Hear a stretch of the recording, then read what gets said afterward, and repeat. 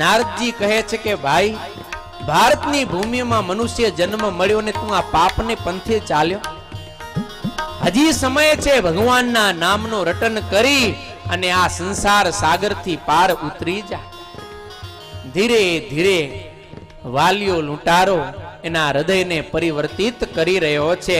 અને નારદજી કહે છે કે તારે ભગવાનને પામવું છે તો પહેલા તારે સંતનું શરણું સ્વીકારવું પડે છે. કારણ કે જીવાત્મા મહાત્મા સંત વિના ક્યારે પણ પરમાત્માને પહોંચી શકતો નથી. ભગવાન એવા મહત છે, જીવાત્મા એવો અલ્પ છે કે જીવાત્મા આપ બળે ક્યારે ભગવાનને પામી ન શકે. એને વચ્ચે મહાત્મા, જેને આપણે ગુરુ કહીએ છીએ, આપણા જીવનમાં કોઈ પણ એવા સત્પુરુષ હોય કે જેને આપણે ગુરુ કરી એના માર્ગદર્શન મુજબ એની કૃપાથી આપણે ભગવાનની પ્રાપ્તિ કરી શકીએ છીએ. નારદજી રત્નાકરને આગળ કહે છે, काम क्रोध मद लोभ मान तजी हो संतन का तेरा रे हो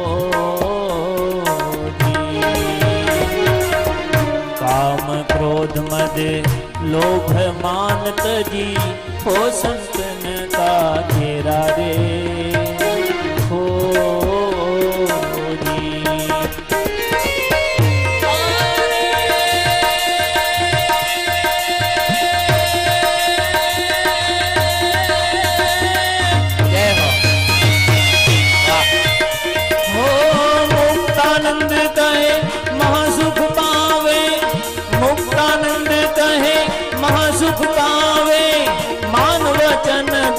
मेरा समझ नर मान वचन दृढ़ मेरा समझ नर हरि बिन कोई न तेरा रे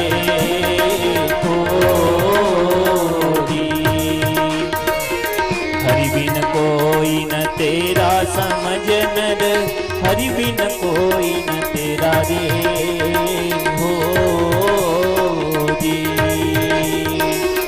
4 दिन की चांदनी बीते 4 दिन की हाँ चांदनी बीते आगे बहुत अंधेरा समझ नर हरि बिन कोई न तेरा रे हो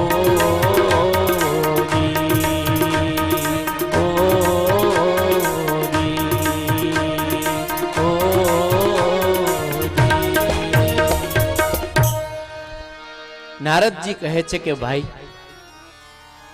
તો ગમે એટલા પાપ કર્મ કરીશ તારે એકલા એ જ ભોગવવા પડશે, એમાં બીજા કોઈ ભાગ નહીં પડાવે. માટે આ પાપનો માર્ગ છોડી અને તું સન્માર્ગે ચાલ. અને ત્યારે રત્નાકરે 2 હાથ જોડ્યા કે હે મહારાજ, તમે કૃપા કરો અને આ પાપના કર્મ થકી મને છોડાવો. અને એ સમયે નારદજીએ કહ્યું છે કે ભાઈ, આ પાપ કર્મ થકી છૂટવું હોય ને તારે ભગવાનનું શરણું સ્વીકારવું પડે.